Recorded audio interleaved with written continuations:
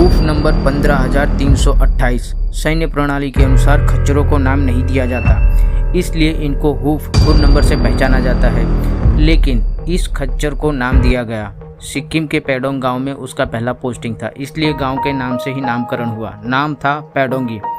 आपको बता दें कि खच्चर और घोड़े ऊंचे ऊंचे पहाड़ों पर सैनिकों के लिए राशन और हथियार लेकर जाते हैं।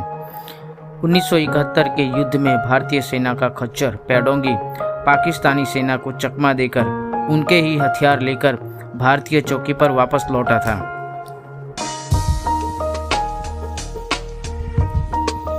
दिसंबर 1971 में भारत पाकिस्तान के साथ हुए युद्ध के दौरान पाकिस्तानी सैनिकों ने पैडोंगी खच्चर सहित एक पशु परिवहन स्तंभ को पकड़ लिया और विजय की ट्रॉफी समझकर अपने साथ सरहद पार ले गए और उनसे वहां पर शस्त्रों को ढोने का काम करवाने लगे। कुछ 2 सप्ताह बीतने के बाद पाकिस्तानी सैनिकों ने उनकी पीठ पर मीडियम मशीन गन्स तथा कारतूस की पेटियां लादी थी, जिसको लेकर उसे एक पाकिस्तानी फॉरवर्ड पोस्ट पर पहुंचना था। लेकिन पैडोंगी के मन में कुछ और ही चल रहा था। उसने तो अपने घर अपने वतन वापसी का मन बना लिया था, इसलिए कुछ दूर तक उनके साथ चलने के बाद उसने अपना रास्ता बदला और लगभग अकेले ही 20 किलोमीटर का नॉन स्टॉप रास्ता तय करके भारतीय सरहद में आकर भारतीय सेना की चौकी पर पहुंच गया। और वह भी खाली हाथ नहीं बल्कि दुश्मन के हथियार के साथ, जिसे देखकर वहां के कमांडर आश्चर्यचकित रह गए और उसकी इस वफादारी से वे बहुत खुश हुए।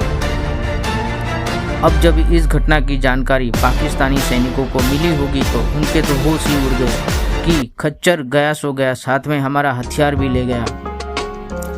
इस असाधारण बहादुरी के लिए सेना ने उसे वीरता चक्र से भी नवाजा। पहली बार ऐसा हुआ कि किसी जानवर को वीरता मेडल मिला हो। इसके बाद किसी जानवर को वीरता मेडल नहीं दिया गया।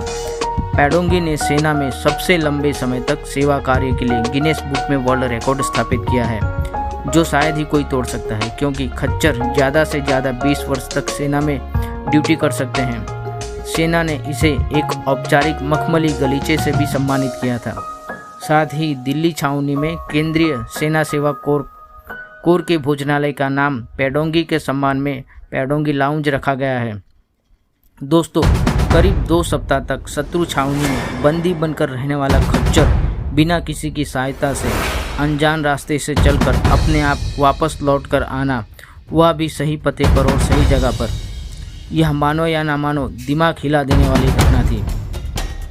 सलाम है ऐसे देशभक्त को जिसने अपनी चतुराई और वफादारी कुशलता से दुश्मन को भी सोचने पर मजबूर कर दिया हो।